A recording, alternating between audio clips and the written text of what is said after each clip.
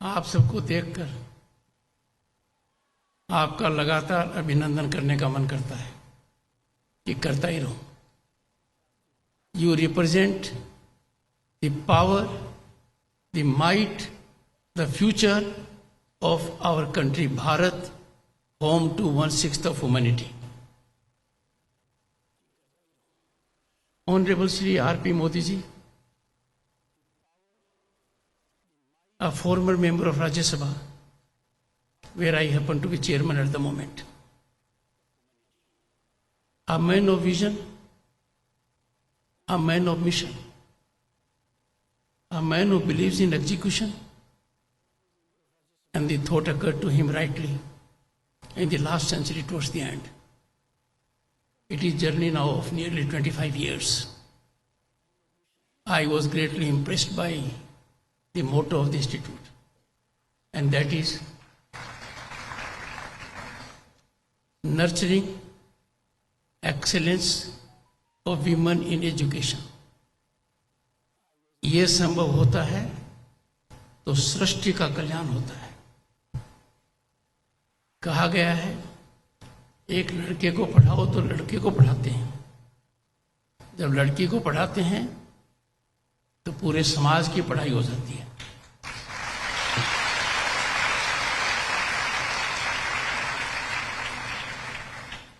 He is an educationist. I congratulate him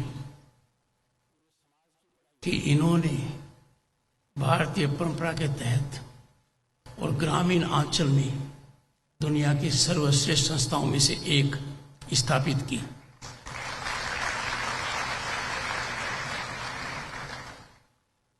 किसी भी समाज को बदलने में सबसे महत्वपूर्ण योगदान एजुकेशन का है। Education is the most effective, impactful, transformational mechanism, और आप उसके सारथी हैं। वैसे तो मोदी नाम में दम है,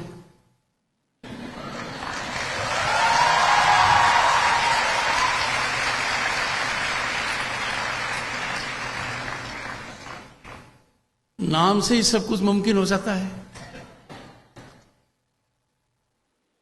गणेश चतुर्थी इस बार अलग थी, गजब की थी। इतिहास रचित हो गया। 20 सितंबर को दुनिया की सबसे बड़ी पंचायत लोकसभा में नारी शक्ति वंदन अधिनियम पेश हुआ।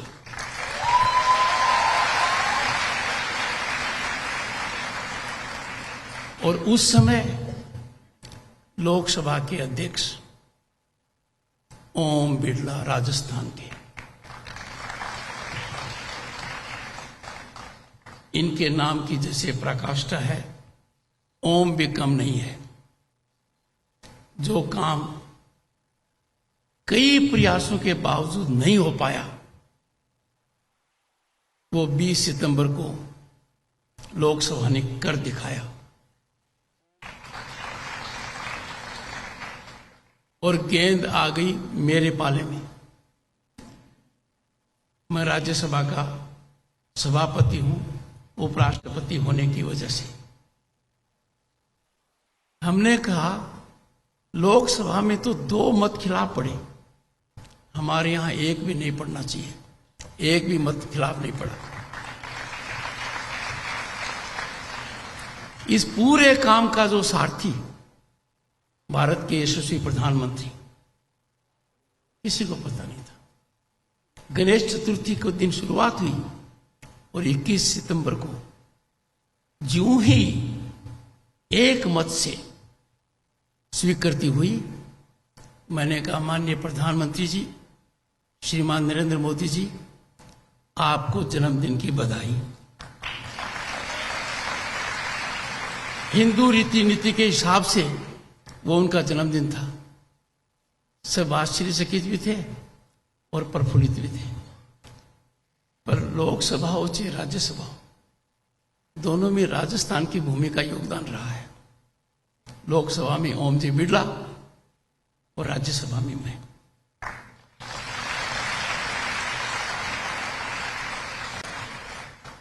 और सबसे बड़ी पराकाष्ठा हो गई, हमारे पास होने से कानून नहीं बनता है, हम तो पास करते हैं। A bill takes shape of law only when it is signed by the Honorable President of India under Article 111 of the Constitution. और ये परम सौभाग्य महामहिम राष्ट्रपति द्रौपदी मुर्मू जी को मिला, आपके वर्ग को मिला, उन्होंने दस्तखत किए।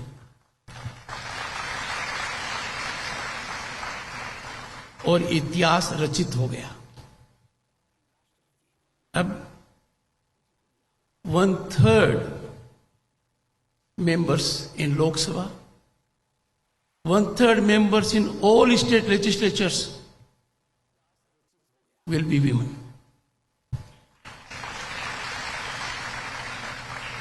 और ये रिजर्वेशन हॉरिजेंटल भी है और वर्टिकल भी है। इस 1/3 में शेड्यूल कास्ट, शेड्यूल ट्राइब का रिजर्वेशन भी है। कहने का अर्थ nothing could be more shining and equitable. मैं एक छोटा किस्सा बताता हूं। एक व्रत महिला थी, विधवा थी, क्योंकि पति का देहांत हो गया। इकलौता बेटा था जो कमाता नहीं था, वो अंधी थी, बेटे की शादी नहीं हुई, बेरोजगार था और वो बीमार भी थी। ईश्वर प्रकट हुए और कहा एक वचन मांग लो। अब महिला क्या वचन मांगती? खुद की आंख, खुद का स्वास्थ्य, बेटे की शादी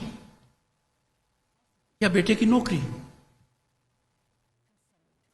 उनको मोदी साहब जैसे किसी व्यक्ति ने जरूर राय दी होगी और उस महिला ने कहा एक ही वचन में, मैं सोने की थाली में पोते को हंसता खेलता देखना चाहती हूं।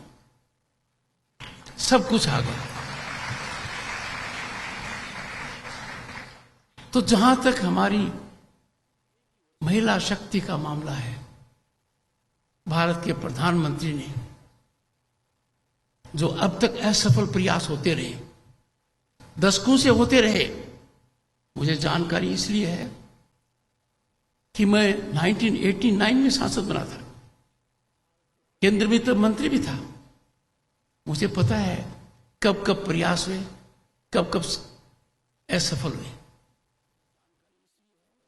पर नर प्लस इंदर प्रधानमंत्री नरेंद्र मोदी जी ने यह करिश्मा कर दिखाया। It is an epochal development, it is historic development, and I can tell you girls,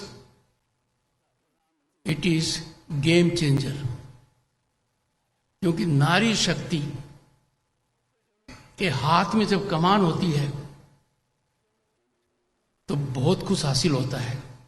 इसका मैं परिणाम हूं, क्योंकि ताकत मेरी धर्मपत्नी के हाथ में है।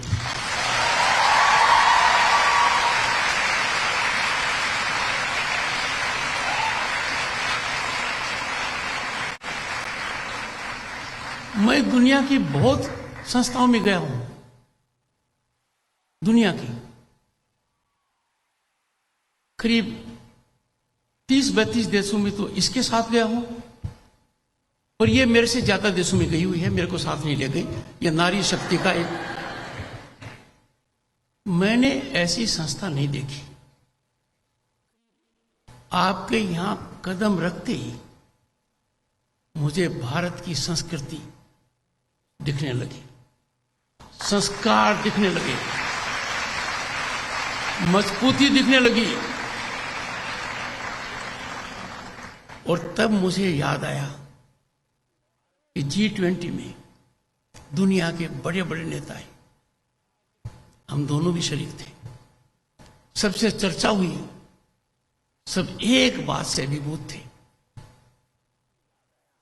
Indian culture is unrivalled, unparalleled. कौन सा देश है जो 5000 से ज्यादा सिविलाइजेशनल इथोस की बात कर सकता है? नहीं कर सकता।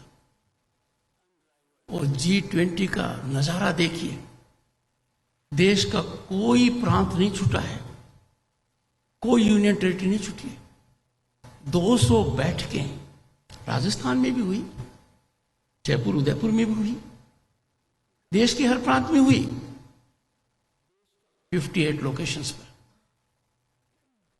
जो आए वहां पर वो कभी नहीं भूलने वाली यादें लेकर गए कि हमने कभी सोचा नहीं था कि ये हो पाएगा। दूसरा, आप ऐसे कालखंड में रह रहे हो जब भारत उन्नति की ओर है, और ये उन्नति विश्व में प्रमाणित है। The world is stunned. 23 अगस्त 2023 करिश्मा हुआ। इसरो ने व्हीकल को चांद के उस हिस्से पर सफलतापूर्वक उतार दिया जहां दुनिया का कोई देश नहीं पहुंच पाया।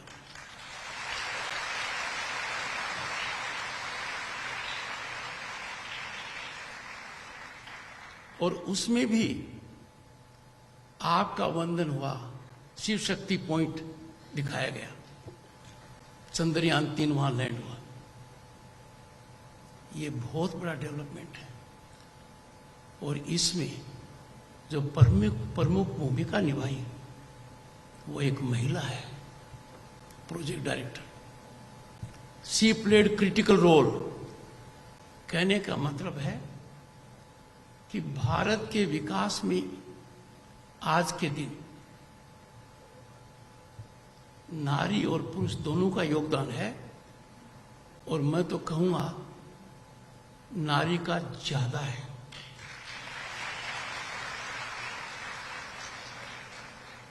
कहते हैं सबसे बड़ी ताकत फाइनेंस में होती है, और मोदी जी से ज्यादा कौन जानता है कि फाइनेंस की ताकत है। कर्म है, धर्म है, पर अर्थ भी आवश्यकता है ताकि ऐसी संस्था बन सके। हमारी अर्थव्यवस्था का संचालन कौन कर रहा है? Shrimati Nirmala Sitharaman. A tough lady, a great economist, और दुनिया में उनका बहुत बड़ा रुतबा है क्योंकि she is an expert in economics. अब हमारी अर्थव्यवस्था को देखिए, हम कहां थे, कहां आ गए।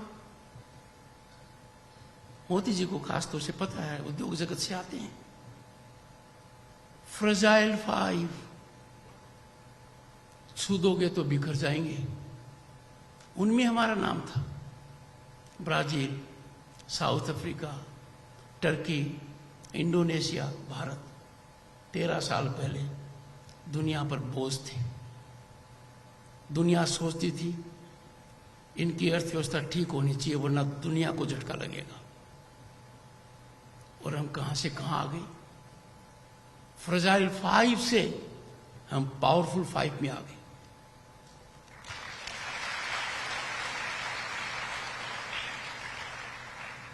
हमने सितंबर 2022 में दुनिया की 5वीं आर्थिक महाशक्ति का दर्जा हासिल किया, 5th लार्जेस्ट ग्लोबल इकोनॉमी। और हमने यूके और फ्रांस को पीछे छोड़ा। अब बारी है जापान की और जर्मनी की। और आने वाले 4-5 साल में, have it from me, India will be the 3rd largest global economy.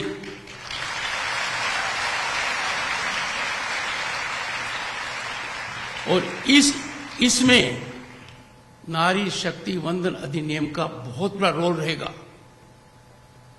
जो मेरे सामने बैठे हैं, हम और मोदी जी नहीं रहेंगे। प्रभु की इच्छा ऐसी रहेगी 2047 में देश will be celebrating centenary of its independence. और तब आप सब निर्णायक भूमिका में रहेंगे, महत्वपूर्ण भूमिका में रहेंगे, और आपकी वजह से भारत पराकाष्ठा पर होगा, इसमें कोई दो राय नहीं है।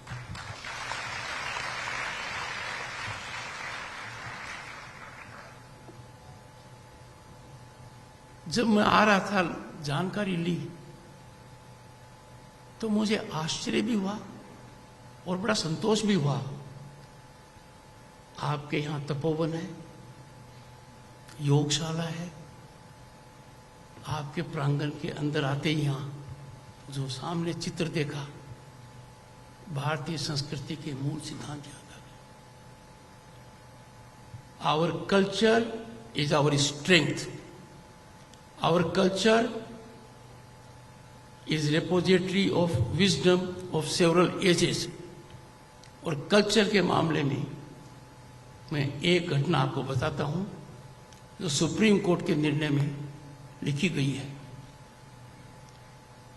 ये सेकेंड वर्ल्ड वॉर का जमाना था। कैम्ब्रिज का एक प्रोफेसर अपने एयर कंडीशन चेंबर में बैठा था।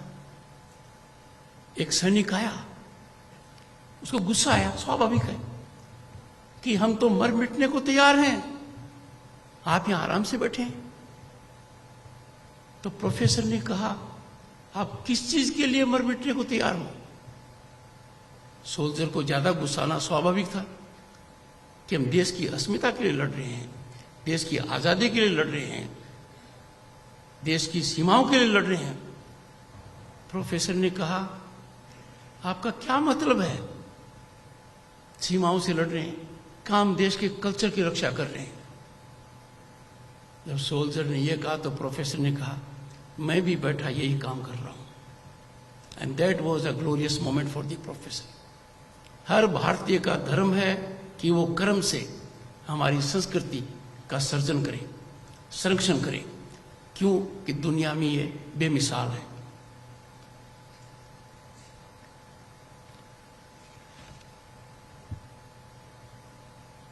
स्वामी विवेकानंद जी ने बहुत छोटी उम्र के अंदर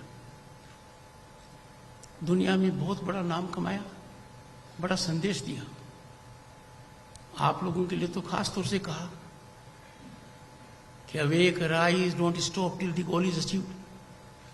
पर उन्होंने एक दूसरी बात और कही, I quote, there is no chance for the welfare of the world. बात सुनिए, स्वामी जी ने कहा कोई चांस नहीं है दुनिया में सकारात्मक बदलाव आने का, सकारात्मक हालत होने का। Quote, there is no chance for the welfare of the world unless the condition of women is improved. It is not possible for a bird to fly on only one wing. Unquote. Swami ji ने सब कुछ कह दिया। और स्वामी जी का भी किसी न किसी रूप में नरेंद्र नाम हुआ है, तो आज के नरेंद्र ने उसकी पूर्ति कर दी। And now you are nuclear power. ये छोटा कदम नहीं है, इससे पहले भी कदम उठाए जा चुके हैं। पंचायत, गांव की सरपंच, प्रधान पंचायत समिति की, जिला प्रमुख, जब ये महिला होती थी पहले, अब नहीं है, तो कुर्सी पर उसका पति आकर बैठ जाता था और कहते हैं कि महाशय आप कौन हो? मैं सरपंच पति हूं, मैं प्रधान पति हूं, मैं जिला प्रमुख पति हूं। आपने धीरे धीरे वो ताकत अपने में ले ली है, और इस ताकत का नतीजा ये है कि 2019 के लोकसभा चुनाव में पहली बार भारतीय संसद में बिना रिजर्वेशन के सबसे ज्यादा महिलाएं पहुंची, 78। आप लोगों ने यदि अगर 21 सितंबर को राज्यसभा की प्रोसीडिंग्स देखी होगी, जब इस अधिनियम पर चर्चा हो रही थी, मैंने एक निर्णय लिया कि मेरे अलावा और उपसभापति के अलावा कुर्सी पर सिर्फ महिलाएं बैठेंगी।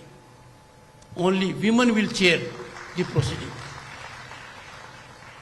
और ये मौका मैंने उस दिन 17 वीमेन पार्लियामेंटेरियंस को दिया, 17 को। उनमें पीटी उषा जी, जया बच्चन जी, कोयनाक, सीमा द्विवेदी, सुजाता, सबको दिया और सब अभिभूत थी। टेबल ऑफिस के ऊपर मैंने पूरा महिलाओं का वर्चस्व रखा। मैंने शुरुआत की कि विदेश यात्राओं में उनकी भागीदारी 50% से कम नहीं होगी। और ये कर कर मैं बताता हूं, मुझे सुकून मिला वो एक अलग बात है, मुझे बड़ा आशीर्वाद मिला। उन सब ने मुझे आशीर्वाद दिया। ये छोटी बात नहीं है, बड़ा बदलाव है। लगता था कि वो कुर्सी पर क्या करेंगी, और बैठते पता लगा उन्होंने जो कुर्सी पर किया वो जबरदस्त साबित हुआ, कमजोर नहीं पड़ी।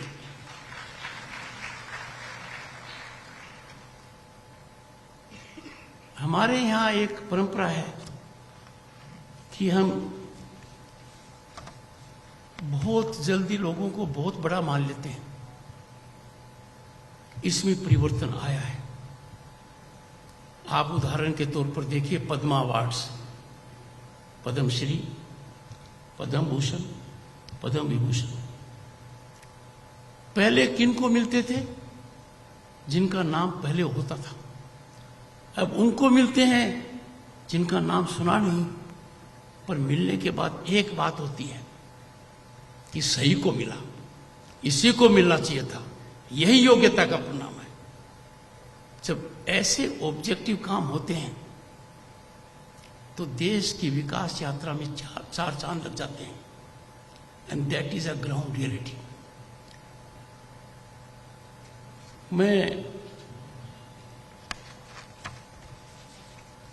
कुछ आई टेक सम क्वेश्चंस, इसलिए ज्यादा नहीं कहूंगा, पर कुछ बातें इसलिए कहूंगा कि राज्यसभा में आपने देखा होगा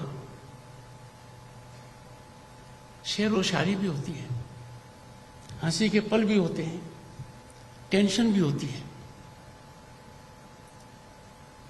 और इससे वातावरण ठीक रहता है, प्रोडक्टिविटी बढ़ती है। जब मैं यहां आ रहा था तो मैंने देखा कि मैं बच्चियों को गिफ्ट क्या दूं। तो मैंने सोचा I will invite in a batch of 50, all of you, but in a batch of 50 for a visit to the Indian Parliament.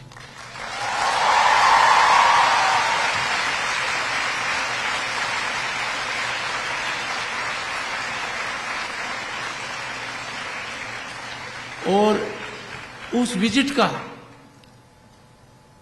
मैंने एक प्रोग्राम भी निश्चित किया है। पहले तो आप संसद की नई बिल्डिंग को देखेंगे।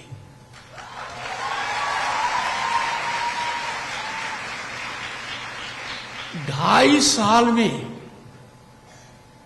सिर्फ बिल्डिंग नहीं बनी है, कोविड की चुनौती के बावजूद उसके अंदर जब देखेंगे तो दंग रह जाओगे। दूसरा, भारत मंडपम जहां G20 हुई है, दुनिया के 10 कन्वेंशन सेंटर्स में से एक है, उसकी यात्रा कराई जाएगी। और करिश्मा देखिए, देश कितना बदल चुका है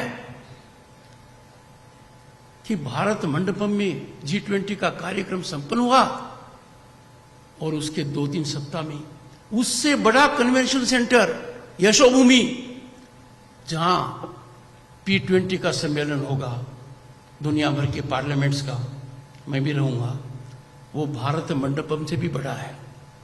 वहां भी आपका भ्रमण होगा।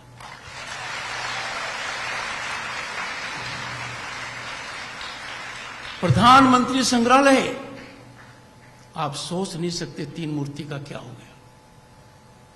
एक पल भी आप अलग आंख नहीं हटा पाएंगे। It has been changed. It reflects everything. Justice done to every Prime Minister of the country. और ये बदलाव है.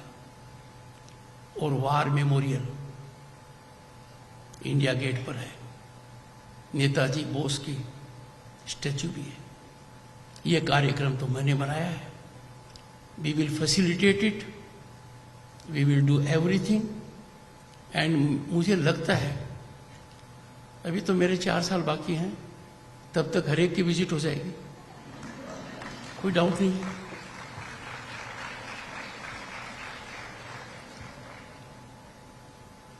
थोड़ा सा इधर आगे चलें तो आज के दिन आप लोगों को जो वातावरण मिल रहा है, हमने उसकी कल्पना नहीं की थी.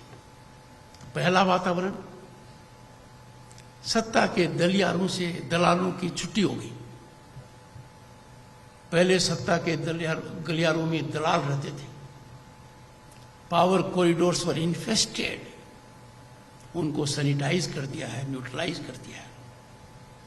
दूसरा, अब ये आपके लिए भी चुनौती है, क्योंकि जब बहुत बड़ी प्रगति कोई परिवार करता है, कोई समाज करता है, कोई देश करता है, तो कहीं न कहीं थोड़ी बहुत जलन आ जाती है.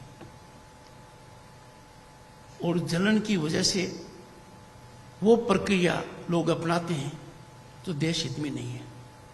मेरा आपको आह्वान है, हर परिस्थिति में भारतीयता और भारत सर्वोपरि है, नॉन नेगोशिएबल है. अपने को मानना पड़ेगा, क्योंकि हकीकत है, वी आर प्राउड इंडियंस. ये दुनिया में बाहर कदम रखते ही आपको पता लग जाएगा कि भारत होने का क्या मतलब है. And then we must take legitimate pride in our phenomenal, historic, unprecedented growth scenario. ये सब हो चुका है. आप टेंशन मत रखिए, ये मेरा आपको राय है. आप don't be under any stress. जो करना है अपने मन की कीजिए, अपने इंक्लिनेशन और एप्टीट्यूड के हिसाब से कीजिए. मैं यहां से आपके माता पिता को भी संदेश दूंगा. Allow your children to grow the way they wish to grow. उनके इंक्लिनेशन को टिंकर मत कीजिए, don't tweak it, let it be natural. क्यों? क्योंकि आजकल इतनी अपॉर्चुनिटीज आ रही हैं जिसकी आप कल्पना नहीं कर सकते. और वो अपॉर्चुनिटीज हर किसी को उपलब्ध है. धन आज के दिन बाधक नहीं है. चुनौतियां तो आती रहेंगी, चुनौतियों से कोई बच नहीं सकता. मैं यहां पर आया हूं, ठीक काम कर रहा हूं, कोई गलत काम थोड़ी है. पहले भी कई जगह गया, पर कुछ लोगों ने कहा कि आप क्यों आते हो बार बार. अरे मुझे समझ में नहीं आता, भाई क्यों कह रहे हो कि बार बार. मैं थोड़ा अचंभित हो गया, क्योंकि कहने वाले ने न तो संविधान को पढ़ा, न कानून को पढ़ा, न अपने पद की मर्यादा रखी. ये दीगर थोड़ा सोच लेते, कानून में झांक लेते, तो उनको पता लग जाता कि भारत के उपराष्ट्रपति की कोई भी यात्रा अचानक नहीं होती है, बड़े सोच विचार मंथन चिंतन के बाद होती है. पर कह दिया कि भाई आपका आना ठीक नहीं है, किस कानून के तहत पता नहीं. तो चूंकि राज्यसभा में शेर और शायरी होती है, तो रास्ते में मैंने भी एक छोटी सी कविता लिखी, और मैंने कहा सबसे पहले आपसे साझा करूं. और इस कविता को लिखने से पहले मुझे एक गजल याद आ गई थी. उस गजल में था, जिंदगी से बड़ी सजा ही नहीं, और जुर्म क्या है पता ही नहीं. ये गजल है, बहुत प्रसिद्ध गजल है. तो इसी की तर्ज पर व्यथित होकर, दुखी होकर, पीड़ित महसूस कर कि कि मुझे इस मामले में क्यों घसीटा। मेरा काम तो संविधान सम्मत था, जनता के भले के लिए था। कृषक पुत्र होने के नाते किसान संस्थाओं में गया। शिक्षा का मैं प्रोडक्ट हूं, शिक्षा की वजह से मेरी उन्नति हुई है, तो मैं हर जगह संस्थाओं में भी गया। और बाकी मेरी यात्रा विधानसभा के अध्यक्ष के निमंत्रण पर हुई, केंद्र सरकार के कार्यक्रमों में हुई। राज्य सरकार ने कोई कार्यक्रम नहीं बनाया, नहीं बुलाया, मुझे तो परेशानी नहीं है, उनका विवेक है, वो जाने। तो इस पृष्ठभूमि में मैंने जो कविता बनाई, खता क्या की हमने पता ही नहीं, खता क्या की हमने पता ही नहीं, आपत्ति क्यों है उन्हें हमारे घर आने की पता ही नहीं। ये तो मेरा घर है। ये कैसा मंजर है, समझ से परे है। ये कैसा मंजर है, समझ से परे है। सवालिया निशान क्यों है अपने घर आने के में, क्या जुर्म है पता ही नहीं। यहीं छोड़ता हूं इस बात को। But from this platform, girls and the audience, I would like to declare, I do not expect people in authority to make light of constitutional positions. This is not good for democracy. There must be respect for constitutional positions, and all of us in togetherness, hand in hand, in collaboration, in coordination with consensual approach, how to serve the people at large. मन दुखित होता है, दुखी होता है कि किन किन शब्दों का उपयोग कर लिया। उभरना बड़ी मुश्किल है। आपकी संस्था इतनी अच्छी है और कोई बेवजह अनर्गल बात कहे तो इनके उत्साह में कितनी कमी आएगी। I appeal to everyone. It is our country. We all are servants of this country. Whatever be our position, right from president down the line up to the chief minister. And we must be very sensitive. हमें ऐसा public perception generate नहीं करना चाहिए कि बेवजह संवैधानिक पद पर बैठे हुए व्यक्ति को राजनीति में घसीटा जाए। ये ठीक नहीं है। इससे ज्यादा नहीं कहना चाहूंगा। Girls, I am delighted to share the platform with you. You are the future. और आज का दिन मेरा बहुत ही सौभाग्यशाली इसलिए रहा है कि 80% अधिकारियों से मैंने हाथ मिलाया। मेरे डॉक्टर सुदेश की तरह उनकी बेटी या बेटियां ही हैं, क्योंकि बेटियों की ताकत और माता पिता के लिए उनका प्रेम एक अजीब ढंग का होता है। God bless you. यू